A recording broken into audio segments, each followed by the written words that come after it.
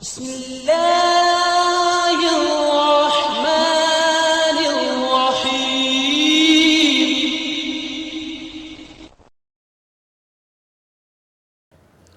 سورۃ بنی اسرائیل، اسی سورت کا دوسرا نام الاسراء، آیت نمبر 9 اور 10 اور رکوع نمبر 2۔ پہلے رکوع کی آخری 2 آیات کریمات اور دوسرا رکوع۔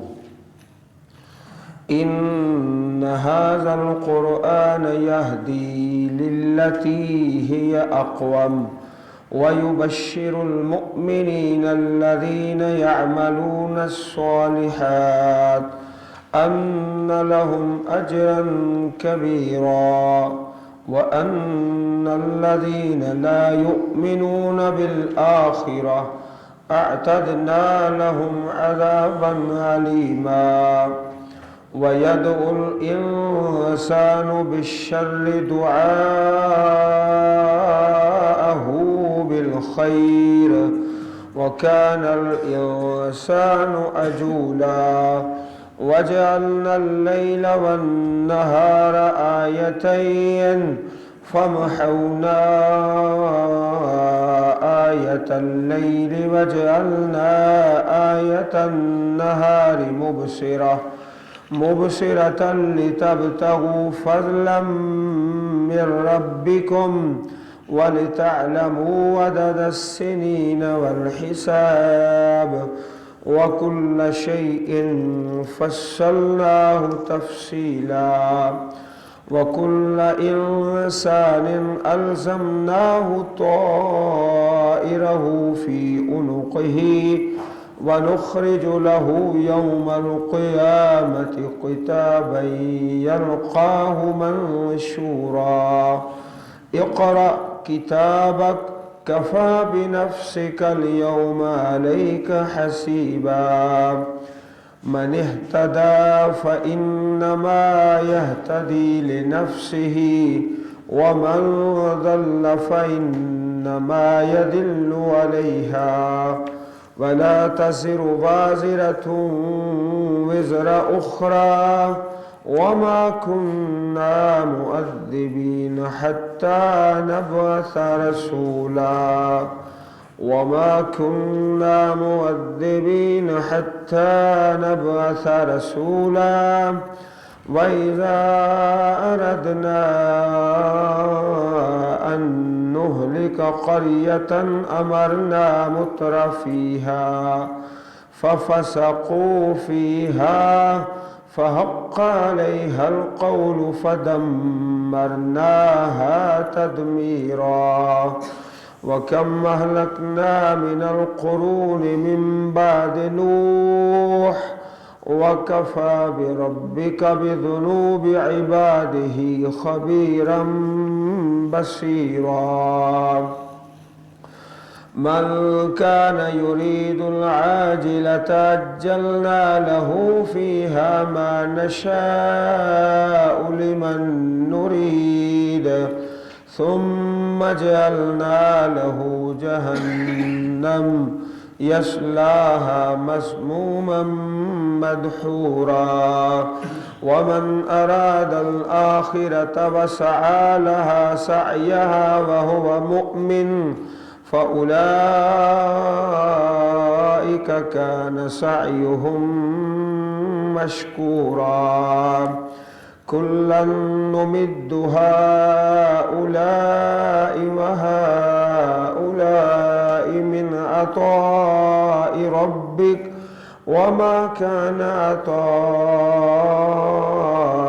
ربك محظورا انظر كيف فضلنا بعضهم على بعض وللآخرة أكبر درجات وأكبر تفضيلا لا تجعل مع الله إلها آخر فتقعد مذموما مخذولا۔ اللہ رب العزت نے